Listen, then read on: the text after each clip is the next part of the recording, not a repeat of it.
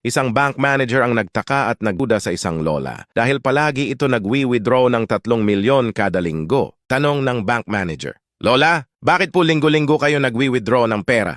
Ano ho bang trabaho nyo?" Sumagot yung lola, "Wala ho, napalanunan ko lang ito sa pustahan." Di naniniwala ang bank manager. "Ano ho bang pustahan yan?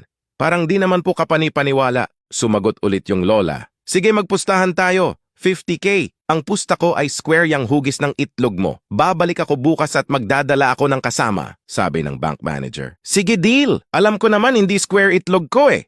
"Malalaman natin bukas," sagot ng matanda.